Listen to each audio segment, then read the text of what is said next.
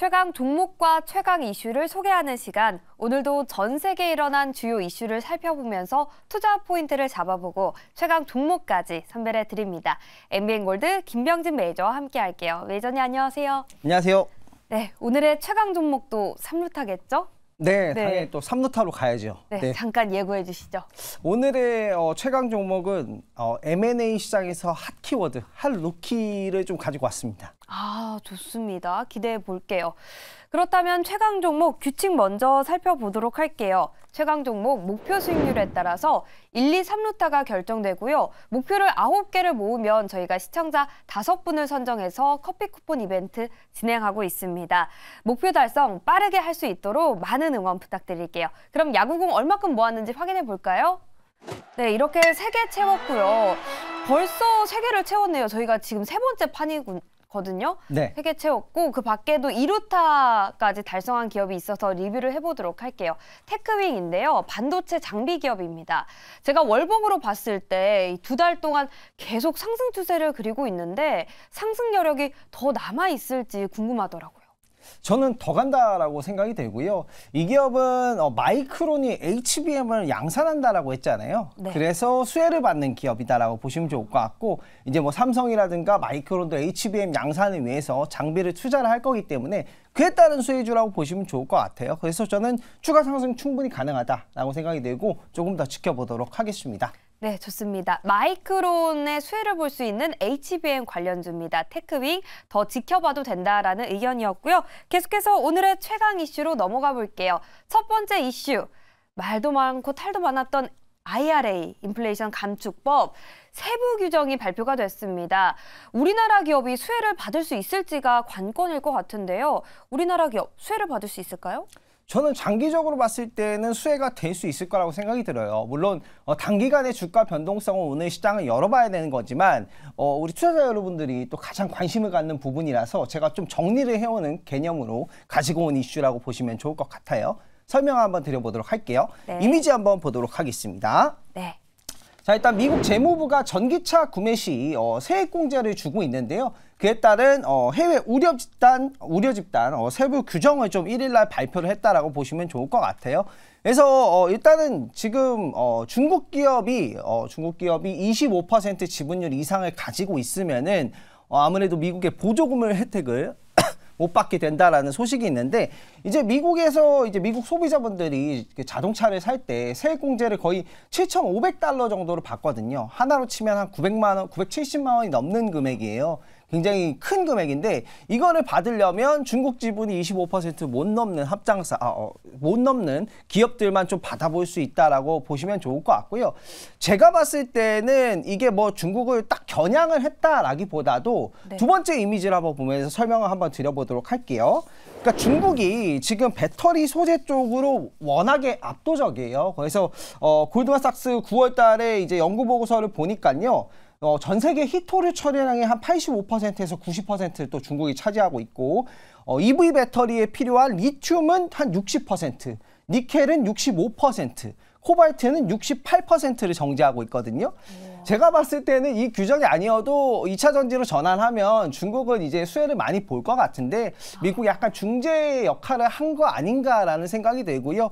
또 요즘 중국의 BYD가 약진하면서 뭐 유럽 자동차들이 뭐 너무 힘들다 어쩌다 이런 얘기가 많이 나왔는데 이 계기로 좀 약간 건전하게 밸런스 조정이 되지 않을까라고 생각이 들어서 저는 긍정적이다라고 생각이 들고요. 국내 2차 전지 기업들도 배터리 소재를 좀 다변화할 수 있는 그런 이제 계기가 좀 되었다라고 보시면 좋을 것 같고, 환경이 좀 변화했기 때문에 그에 따라서 대응을 잘하는 기업은 저는 충분히 기회로 볼 수 있을 거라고 생각이 들고요. 이 부분이 저는 오히려 우려스러운 점이 아니라 저는 긍정적이라고 생각이 들어요. 어차피 이렇게 가야 될 방향이었다라고 저는 생각을 하거든요. 그래서 그 부분에서 굉장히 긍정적이고요. 앞으로 뭐 음극재라든가 뭐 니켈이라든가 리튬이라든가 다양한 나라에서 약간 자원 조달을 해가지고 이제 공급하는 식으로 그런 식으로 좀 나아가지 않을까라고 생각이 들고, 국내 이제 기업들도 그래서 이제 내재화를 하겠다라는 얘기가 많이 나오고 있는데 그런 내재화를 좀 하면 수익성도 좀 더 개선이 되지 않을까라고 생각이 들고, 관련한 이슈를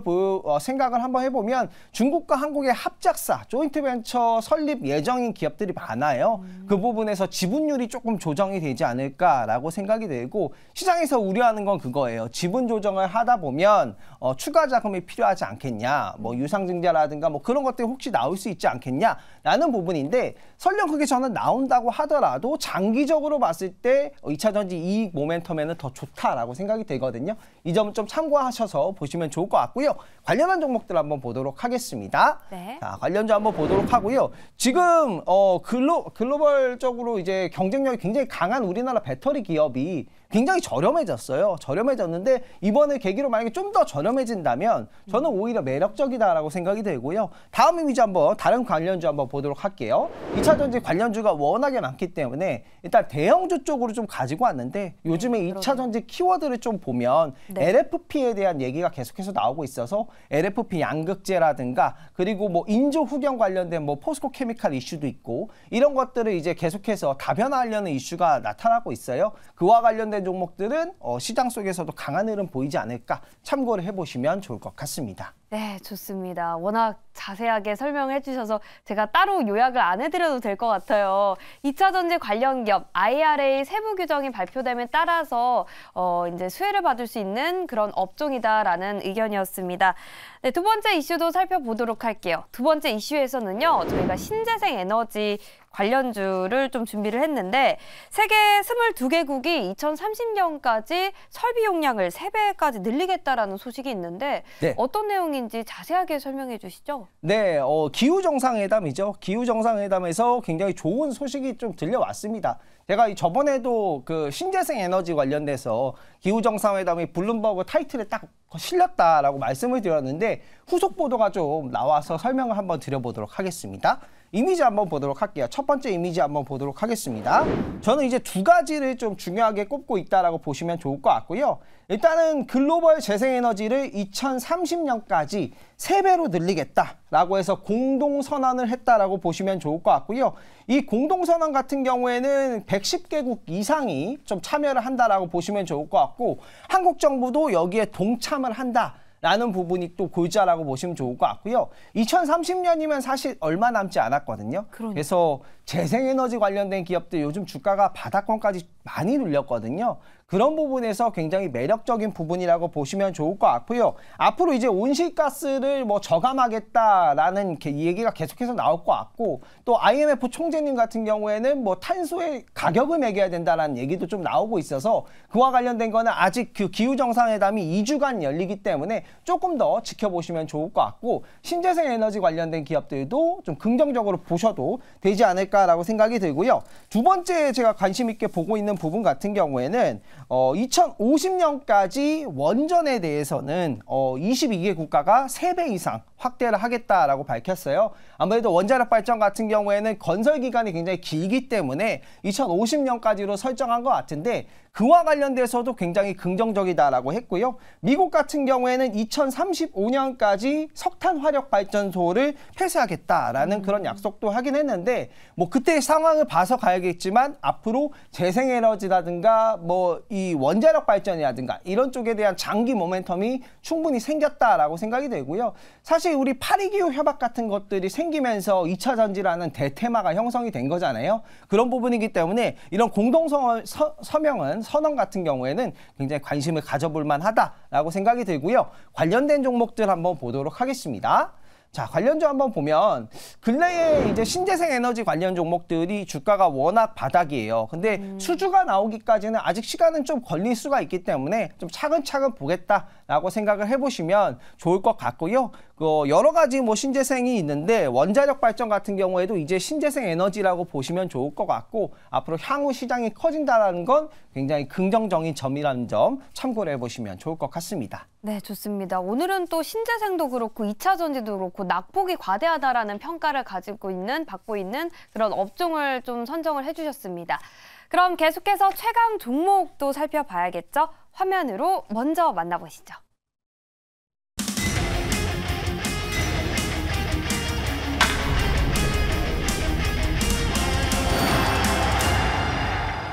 애국캠 바이오, 오늘은 바이오 기업입니다. 삼루타 도전인데요. 어떤 투자 포인트들이 있을까요? 이 기업 같은 경우에는 ADC 플랫폼을 가지고 있는 기업이에요. 이게 이제 항체 약물 접합체라고 보시면 좋은데 이게 그냥 화학적인 약품이 아니라 우리 몸에 이 항체 있잖아요. 네. 항체가 이제 정확하게 이 바이러스에 가서 공격을 하거든요. 그것을 이용해가지고 그 항체에 약물을 부착한 거예요. 표적 항암 이런 건가요? 그죠. 그런 느낌이라고 보시면 좋은데 그런 식으로 이제 정확하게 가서 공격을 하다 보니 약효가 더 나아지는 효과가 계속해서 나오고 있거든요. 실제로 이제 미국에서도 일반적으로 이제 FDA 승인이 난 약품인데 이 ADC 플랫폼을 적용을 했더니 그 약효가 더 좋아지는 거예요.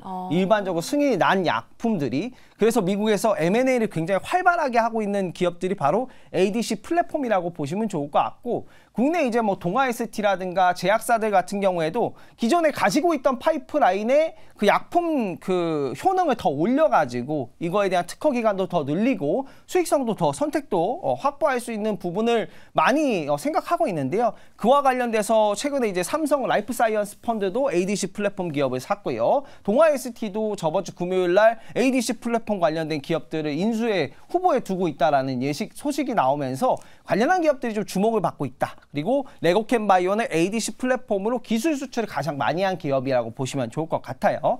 차트를 한번 보도록 하겠습니다. 요즘 워낙에 이슈가 많기 때문에 주가가 핫해요. 그래서 상승 추세를 가고 있는데 이렇게 이제 네 이런 시장 속에서 상승 추세에 달리는 말에 좀 올라타야 된다라고 생각이 되고요. 이슈가 있고 이유가 있는 종목이라서요. 이 종목 시초가에 한번 잡아보고요. 목표가는 54,000원 잡아보도록 하고요. 손절가는 39,000원 잡도록 하겠습니다. 네, 좋습니다. 한 10일 부근부터 이렇게 오르기 시작한 것 같은데 네. 가파른 상승세 보이고 있어요. 저희는 레고캠 바이오 추격 매매를 해보도록 하겠습니다. 저희가 시간 관계상 최강 종목 하나밖에 들을 수 없어서 아쉬운 분들 많으실 것 같아요. 그 밖에 담장 넘어갈 수 있는 최강 종목은 어디서 만나볼 수 있을까요? 네, 오늘 오후 5시 너튜브에 엠뱅골드 김병진 검색하시면 많은 종목 제가 최강 종목들 후보군들 다 설명드리도록 하겠습니다. 네, 좋습니다. 저희 벌써 18개 목표 달성하고 3개 또 추가를 했습니다. 제 포트에 있는 모든 종목들이 최강 종이 되는 그날까지 저희가 함께하겠습니다.